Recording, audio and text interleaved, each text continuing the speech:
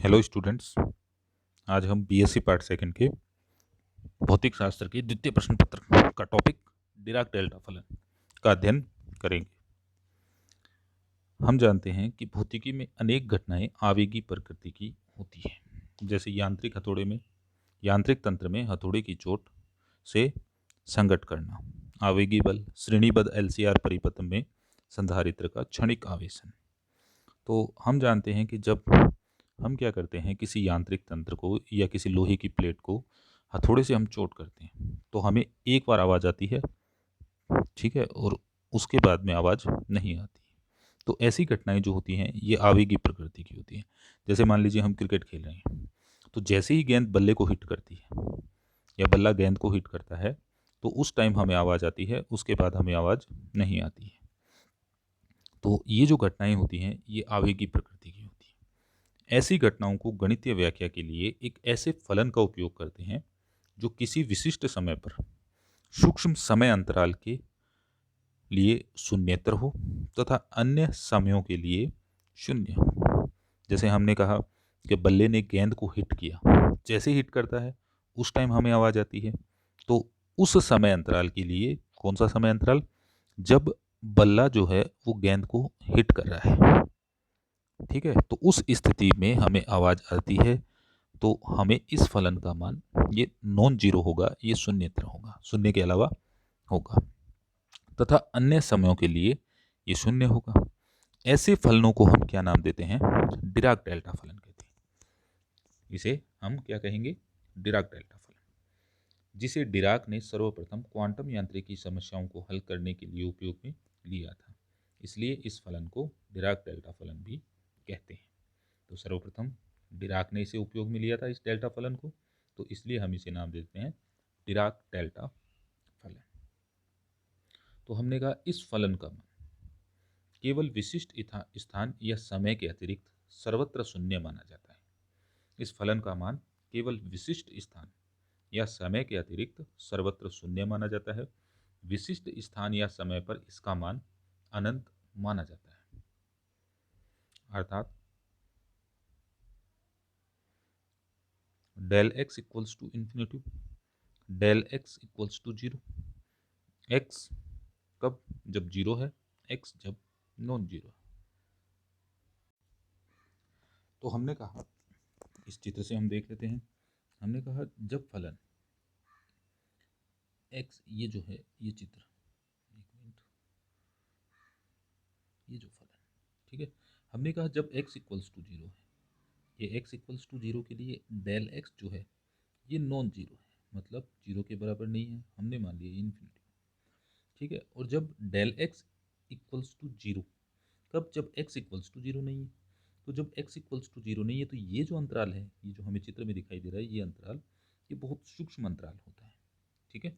तो हमने कहा x equals to s is not equal to x is not equal to zero के लिए डेल एक्स का मान जीरो होता है। तो हमने कहा है इस फलन का मान केवल विशिष्ट स्थान या समय के अतिरिक्त सर्वत्र शून्य माना जाता है। विशिष्ट स्थान या समय पर इसका मान अनंत होता है। तो एक तो डेफिनेशन ये हो गई इसकी। कौन सी डेफिनेशन हुई? जब x equals to zero del x equals to infinity, जब x is not equal to zero del x equals to zero, तथा जो निम्न शर्त को संतुष्ट करता है। तो हमने कहा डेल एक्स का हमने माइनस इन्फिनिटी से इन्फिनिटी के लिए इसका हमने समाकलन किया। तो यदि इसका समाकलन एक आता है, इसका समाकलन किसके बराबर आता है? एक के बराबर आता है। तो ये हो गई इसकी सेकंड डेफिनेशन, ठीक है। अब ये क्या है? Del x D x minus infinity to infinity. ये जो हमारे पास एक्स अक्ष के साथ में ये जो डेल एक्स है, ठीक है, ये जितना एरिया कवर कर रहा है, इस एरिया को ये वाली टर्म जो है ये रिप्रेजेंट करती है। तो ये एरिया हमेशा कितना होता है? ये हमेशा एक के बराबर होता है। मान लीजिए कर्व सपाट हो जाए, कर्व सपाट मतलब ये इस तरीके से, तो एरिया उतना ही रहेगा। तो ये जो है ये डेल एक्स की मान जो है ये नीचे आ जाएगा। हम कह रहे हैं यदि और तीक्ष्ण हो जाए तो, और तीक्ष्ण हो जाए तो ये यूं चलेगा और ये यूं आ जाएगा, ठीक है। तो ये क्या करेगा? ये ऊपर चढ़ जाएगा इस तरीके से। सपाट अगर ये डेल एक्स अगर कर्व जो है ये सपाट होता है तो उस कंडीशन में डेल एक्स कम हो जाएगा, और तीक्ष्ण होता है तो डेल एक्स का मान इंक्रीज हो जाएगा। मतलब प्रत्येक कंडीशन में इस वक्र के द्वारा एक्स अक्ष के साथ बनाया गया क्षेत्रफल जो है ये कितना होगा, ये 1 के बराबर होगा। तो हमने कहा प्रथम समीकरण के अनुसार यह फलन x के विशिष्ट मान x इक्वल्स टू 0 पर शिखर मान प्रदान करता है, तथा समीकरण 2 के अनुसार यह फलन x इक्वल्स टू 0 पर एक तीक्ष्ण वक्र प्रदान करता है जिसकी चौड़ाई घटने पर ऊंचाई इस प्रकार बढ़ती है कि तीक्ष्ण वक्र द्वारा सीमित क्षेत्रफल सदैव एकांक होता है। जिसकी चौड़ाई घटने पर ऊंचाई इस प्रकार बढ़ती है, चौड़ाई मतलब ये वाली, इसको हम चौड़ाई कहेंगे। जब चौड़ाई घटती है तो ये तीक्ष्ण वक्र की ऊंचाई जो है ये क्या हो जाती है, बढ़ जाती है। और अगर चौड़ाई बढ़ रही है तो तीक्ष्ण वक्र की ऊंचाई जो है ये घट जाती है। तो इस प्रकार बढ़ती है कि तीक्ष्ण वक्र द्वारा सीमित क्षेत्रफल सदैव एकांक होता है। ठीक है, तो ये हो गया हमारा डिराक डेल्टा फलन की परिभाषा। तो एक बार फिर हम इसको देख लेते हैं। ये हमें याद रखनी है कि del x equals to infinitive या नॉन जीरो जब एक्स इक्वल्स टू जीरो, और del x equals to zero जब X is not equal to zero. और दूसरी परिभाषा है कि जब हम डेल एक्स का माइनस इन्फिनेटिव से इन्फिनेटिव के लिए एक्स के रेस्पेक्ट में इसका समाकलन करते हैं तो उसका मान कितना आता है, सदैव 1 आता है। तो हमने कहा अब बात करते हैं हम डिराक डेल्टा फलन के गुणधर्म, properties of Dirac delta function. तो सबसे पहले हमने कहा डिराक डेल्टा फलन सम फलन होता है। सम फलन का मतलब यदि एक्स को माइनस एक्स से यदि हम रिप्लेस कर दें तो इसके जो है इस पर फर्क नहीं पड़ता है, ये उतना ही हमें प्राप्त होता है। तो हमने कहा समीकरण 2 से, तो समीकरण 2 थी माइनस इन्फिनेटिव से infinitive del x D x equals to 1। Del x का माइनस इन्फिनेटिव से इन्फिनेटिव एक्स के रेस्पेक्ट में हमने समाकलन किया तो वैल्यू कितनी मिली, 1।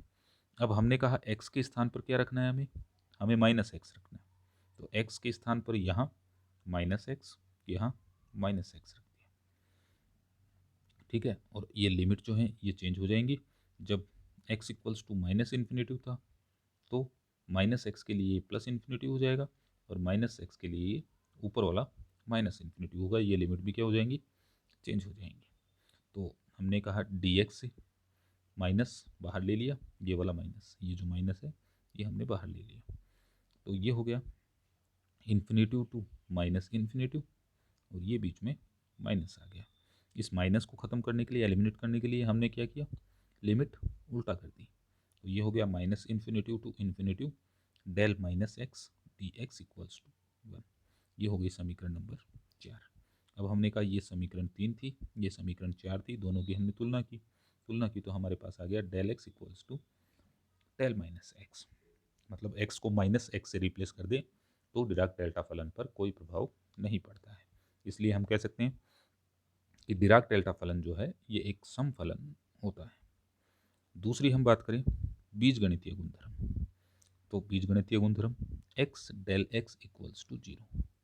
एक्स तथा डेल एक्स का मल्टीप्लिकेशन कितना होता है, सदैव 0 के बराबर होता है।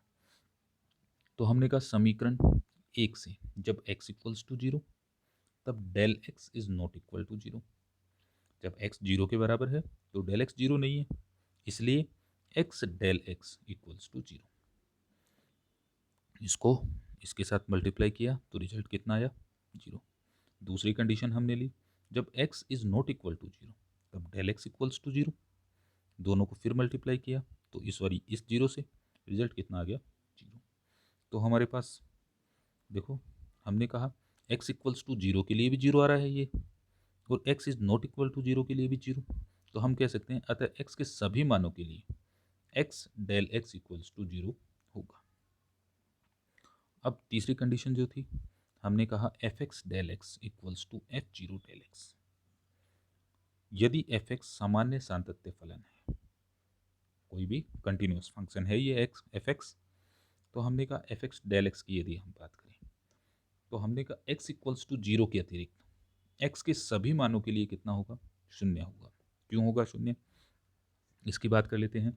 हमने कहा यदि x is not equal to 0 है तो उस कंडीशन में डेल एक्स का मान 0 हो जाएगा। ठीक है, तो जब x is not equal to 0 है तो डेल एक्स इक्वल्स टू 0, इसलिए x इक्वल्स टू 0 के अतिरिक्त x के सभी मानों के लिए डेल x का मान कितना होगा? 0 होगा। डेल x 0 हो गया तो ये जो टर्म है ये पूरी 0 हो जाएगी। तो इसलिए हमें वो टर्म, वो x is not equal to 0 वाली कंडीशन हमें नहीं लेनी है, हम सिर्फ लेंगे x इक्वल्स टू 0 के लिए। ठीक है, तो हमने कहा इसका मतलब x के स्थान पर हमने 0 रख दिया, तो f x del x equals to F0 del x. ठीक है, इसे हमने समीकरण 7 से डिनोट कर दिया। अब हमने ली चौथी कंडीशन। चौथी कंडीशन कहती है माइनस इन्फिनेटिव से infinitive F x del x D x equals to F0। तो जो ऊपर समीकरण 7 थी, इस समीकरण 7 का माइनस इन्फिनेटिव से इन्फिनेटिव के बीच x के रेस्पेक्ट में हमने समाकलन कर लिया। तो जब हमने समाकलन किया तो लेफ्ट हैंड साइड में ये टर्म आ गई, 7 का करना है तो 7 ये यहाँ है, इसका किया तो minus infinitive to infinitive F x del x D X बराबर minus infinitive to infinitive F0 del x D x equals to F0 minus infinitive से infinitive del x D X. ये F0 हम समाकलन से बाहर इसलिए ले सकते हैं कि x इक्वल्स टू 0 हम रखते हैं। जब हमने x इक्वल्स टू 0 रखा तो फलन में जो फलन एफ एक्स है, ठीक है, इसमें से x की सारी टर्म्स हट जाएंगी, तो ये कोई हमें कांस्टेंट वैल्यू मिलेगी। तो इसलिए से हमने क्या किया, समाकलन से बाहर ले लिया। जो सेकंड डेफिनेशन थी उसके हिसाब से ये टर्म जो है ये 1 के बराबर होगी, तो यहाँ हमने 1 रख दिया, तो हमारे पास आ गया माइनस इन्फिनेटिव से infinitive F x del x D x equals to F0। ये हो गई हमारी समीकरण नंबर 8। अब हम बात कर रहे हैं सोपानी तथा सममित, स्केलिंग एंड सिमेट्रिक प्रॉपर्टी। तो हमने कहा del a x, del a x, ए हमारे पास कोई स्थिरांक है, ए साथ में नॉन जीरो है और साथ में क्या है, रियल है, मतलब पॉजिटिव है। नॉन जीरो है और साथ में ए क्या है, कोई पॉजिटिव क्वांटिटी है। ठीक है, पॉजिटिव के लिए हमने ये डिनोट किया है यहाँ पर। तो हमने कहा माना एक स्वैच्छिक फलन है एफ एक्स, इसका समाकलन हमने किया तो minus infinitive to infinitive F x del a x D x. ठीक है, y equals to a x रखा हमने। जब y equals to a x रखते हैं तो देखिए इसका हमने y equals to a x के लिए इसको लिख लिया dy equals to a d x. तो डी एक्स कितना हो गया, d x equals to 1/a dy। ठीक है, तो जहाँ y है, सॉरी जहाँ ए एक्स है, ए एक्स के स्थान पे y रख दिया और डी एक्स के स्थान पर हमने क्या रख दिया, 1/a dy। तो इससे ये टर्म आ गई, तो ये हो गया 1/a minus infinitive to infinitive f y a del y d y. ठीक है, तो हमने कहा ये हम ऊपर प्रूव कर चुके हैं, ये किसके बराबर होगी, ये F0 के बराबर। F0 की वैल्यू फिर हम ऊपर से लिख लाए समीकरण 8 से, ये इसके बराबर होगा। ठीक है, तो F0 समीकरण कहाँ से लिख लाए, ऊपर जो 8 थी उससे लिख लिया हमने। जब इससे लिखते हैं, अब दोनों तरफ से हमने देखा तो हमने कहा एफ एक्स से एफ एक्स हट गया और समाकलन से समाकलन हट गया, तो del a x equals to 1/a del x. ये हो गई हमारी समीकरण नंबर 2। अब हम बात कर रहे हैं स्थानांतरी गुण, शिफ्टिंग प्रॉपर्टी की। शिफ्टिंग प्रॉपर्टी डिराक डेल्टा फलन का एक अन्य गुण स्थानांतरी गुण होता है, जिसके द्वारा इस फलन को मूल बिंदु x इक्वल्स टू 0 से किसी अन्य बिंदु x इक्वल्स टू x0 पर स्थानांतरित किया जा सकता है। तो हमने कहा हमारा मूल बिंदु x इक्वल्स टू 0 है, इस मूल बिंदु को हमने शिफ्ट कर लिया किसी अन्य बिंदु पर, अन्य बिंदु हमने ले लिया x equals to x dash. ठीक है, तो अब डेफिनेशन क्या बनी, डेफिनेशन ये बनी del x minus x dash equals to infinitive जब x equals to x dash, जब x इक्वल्स टू कितना है, x डैश है। तो एक बार जो हमने ऊपर लिखा था, जो 1a, जो पहली डेफिनेशन हमने लिखी थी एक बार हम उसकी बात कर लेते हैं। तो हमने लिखा del x equals to zero कब, जब x इक्वल्स टू जीरो। इसको थोड़ा सा हमने मॉडिफाई करके लिख लिया del x minus zero, sorry infinitive, ये 1 मिनट वापस देख लेते हैं इसको। ये हो गया del x equals to infinitive कब, जब x इक्वल्स टू जीरो। ठीक है, तो हमने इसको एक बार थोड़ा मॉडिफाई कर ले, हम कहेंगे del x minus zero equals to infinitive जब x is equal to zero. ठीक है, तो इस जीरो के स्थान पर हमने x डैश रख दिया, तो यहाँ भी क्या हो जाएगा, इस जीरो के स्थान पर हम x डैश लिख लेंगे। तो ये हो गया डेल, इसकी जगह रखना है हमको, तो del x minus x dash equals to infinitive कब, जब x equals to x dash. ठीक है, तो ये हमारी हो गई shifting property. X equals to zero जो मूल बिंदु था उसको हमने किसी अन्य बिंदु पर स्थानांतरित कर दिया, ट्रांसफर कर दिया। तो हो गया del x minus x dash equals to infinitive जब x equals to x dash, del x minus x dash equals to zero जब x is not equal to x dash. ठीक है, पहले हम ले रहे थे यहाँ पर जीरो ले रहे थे, तो एक्स डैश किसके बराबर हो गया, फिर जीरो के बराबर हो गया, तो यहाँ भी हम जीरो रख देंगे, तो ये सीधा हो जाएगा del x equals to infinitive. Similar हम यहाँ भी जीरो रख देंगे और इसकी जगह भी जीरो रख देंगे, तो del x equals to zero जो हमने ऊपर 1 नंबर समीकरण लिखी थी उसके बराबर आ जाएगी। तथा जो सेकंड डेफिनेशन थी, सेकंड डेफिनेशन में डिराक डेल्टा फलन रिप्लेस हो जाएगा del x minus x dash से समीकरण 7 में स्थानांतरी गुण का उपयोग करने पर। तो समीकरण 7 कौन सी थी, देखो एक बार समीकरण 7 देख लेते हैं हम। देखो ये आ गई। ठीक है, तो इस समीकरण 7 में हमने लिखा f x minus zero del x minus zero equals to f zero del x minus zero. ये हो गई। अब जहाँ जहाँ जीरो है उसकी जगह हम क्या करेंगे, एक्स डैश रिप्लेस कर देंगे। तो एक्स डैश रिप्लेस किया तो यहाँ एक्स डैश आ जाएगा, यहाँ एक्स डैश आ जाएगा, यहाँ एक्स डैश, यहाँ एक्स डैश। ठीक है, ये एफ एक्स ही रहेगा। ठीक, क्योंकि एक्स एक्स डैश क्या है, एक्स की कोई वैल्यू है। ठीक, तो इसको हम एफ एक्स ही रखेंगे जो फंक्शन रहेगा एक्स का। तो समीकरण 7 देखिए ये आ गया f x del x minus x dash equals to f x dash del x minus x dash. ठीक है, इसको हमने समीकरण 12 दे दिया। यह गुणनफल x equals to x dash के अतिरिक्त x के सभी मानों के लिए शून्य होगा। ठीक है, तो इसका हमने क्या किया, जो समीकरण 8 हमने ऊपर लिखी थी, समीकरण 8 कौन सी थी, एक बार समीकरण 8 भी देख लेते हैं। ये समीकरण 8 थी, तो इस समीकरण 8 में ये टर्म चेंज हो जाएगी del x minus x dash, तो यहाँ क्या आ जाएगा, यहाँ आ जाएगा एफ एक्स डैश। ठीक है, तो ये आ गई, ये हो गई हमारी समीकरण नंबर 13। अब हमने कहा जो 7वीं प्रॉपर्टी है, 7वीं प्रॉपर्टी करिए minus infinitive to infinitive del x minus A del x minus B D x equals to del B minus A. तो हमने कहा देखो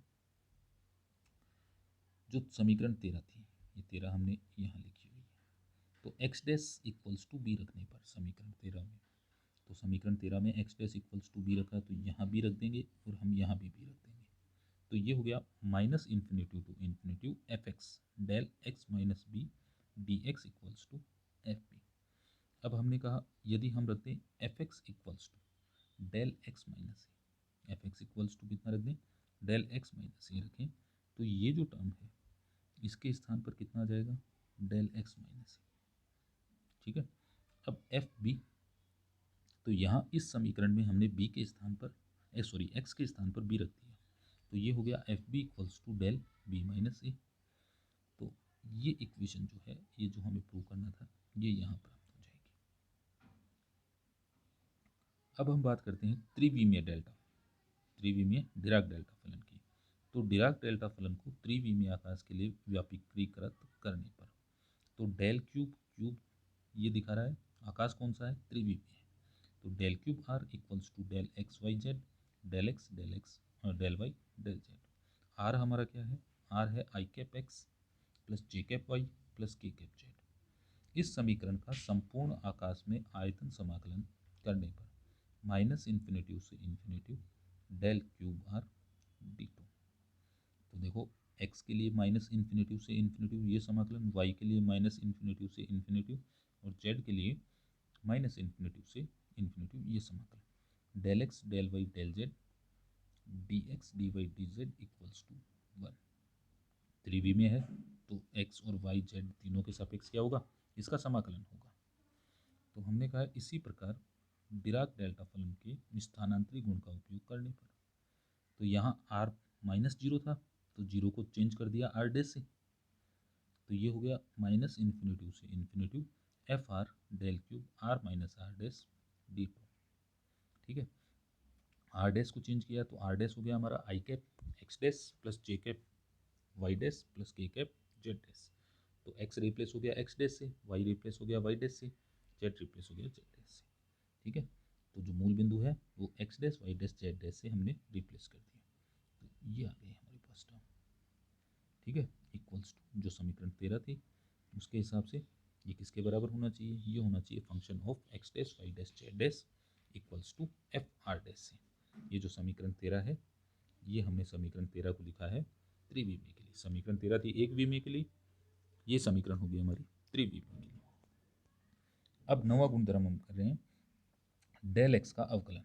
तो हमने कहा A x D x del x equals to minus del x.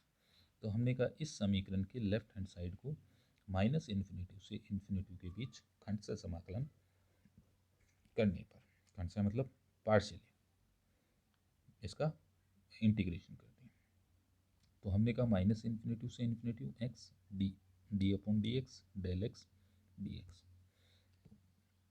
सबसे पहले हमने कहा एक्स को रोककर इसका हमको क्या करना है, समाकलन करना है। एक्स को रोका, दूसरे पद का समाकलन, दूसरे पद का समाकलन किया तो ऑलरेडी इसका अवकलन हो रहा था, तो अवकलन का समाकलन करते हैं तो हमें वापस वही फलन प्राप्त हो जाता है। तो ये हो गया x del x minus infinity से इन्फिनिटी।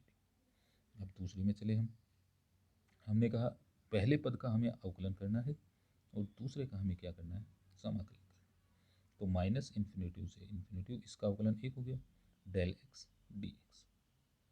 ठीक है, तो आगे चले हम, क्योंकि हम जानते हैं एक्स डेल एक्स सदैव किसके बराबर होता है, जीरो के बराबर होता है। ये जो हमने सेकंड प्रॉपर्टी पढ़ी थी उसमें हमने प्रूव किया था कि एक्स डेल एक्स, एक्स और डेल एक्स का मल्टीप्लाई जो होता है वो हमेशा कितना होता है, जीरो के बराबर होता है। तो ये टर्म खत्म हो गई, तो हमारे पास बची ये राइट लेफ्ट हैंड साइड और ये right hand side. Minus infinity से infinity x D upon D x del x D x equals to minus infinity से infinity del x D x. तो दोनों तरफ फिर या फिर अवकलन कर दिया हमने, अवकलन किया तो देखो ये टर्म खत्म, ये खत्म, ये खत्म और ये खत्म। तो x D upon D x del x equals to minus del x, ये हमारी होगी समीकरण नंबर 17। अब हमने कहा del dash minus x equals to minus del dash x. Del dash का मतलब ये जो डेल डैश हम बात कर रहे हैं ये हो गया d upon D x del, del dash equals to d upon d del upon D x. तो मतलब ये इसका एक बार हमने अवकलन किया है, अब एक बार अवकलन करने पर उसके ऊपर हमने डैश लगाकर शो किया। तो हमने कहा सबसे पहले हम बात करें डेल डैश माइनस एक्स की, तो ये हो गया d del minus x upon d minus x. ठीक है, चूंकि del x equals to del minus x जो फर्स्ट प्रॉपर्टी थी, फर्स्ट प्रॉपर्टी के according del minus x equals to del x upon d minus x. तो इस minus को हमने बाहर ले लिया तो ये हो गया d upon D x del x minus के साथ, तो ये हो गया माइनस डेल डैश एक्स। अतः del dash minus x equals to minus del dash x, ये हो गई हमारी समीकरण नंबर 18। अब हमने कहा डेल एक्स का mth अवकलन, मतलब इसका m बार हम अवकलन करें तो क्या रिजल्ट हमें प्राप्त होता है।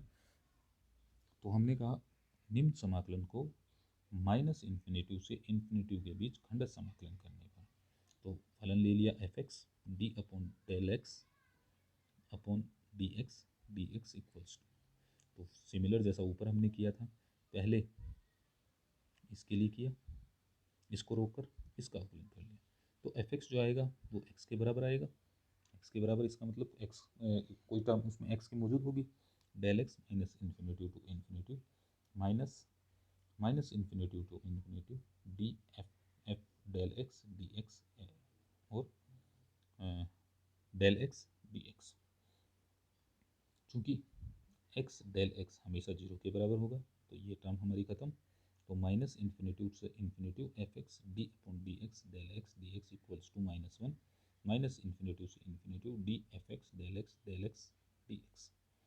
तो अब इसका हमने बार बार खंडत समाकलन करके और इसका m बार हमने अवकलन कर दिया, तो m बार हुआ, तो माइनस इन्फिनेटिव से इन्फिनेटिव एफ एक्स डी की power m d x m del x D x m बार करना है, तो m बार ये हमने इसका अवकलन कर लिया। एक बार किया तो माइनस एक बार मिला, m बार करेंगे तो ये m बार मिलेगा, तो ये हो गया -1 की पावर m माइनस इन्फिनेटिव से infinitive d m d x m f x del x D x, ठीक है, f x del x f zero del x, ठीक है, तो ये जो टर्म थी ये किसके बराबर हो जाएगी, ये सॉरी ये वाली, ये बराबर हो जाएगी एफ जीरो एक्स के, तो एफ जीरो को हमने बाहर ले लिया, बाहर लिया तो ये हो गया माइनस इन्फिनेटिव से infinitive del x D x किसके बराबर होगा, ये एक के बराबर होगा, तो हमारे पास ये टर्म बच गई,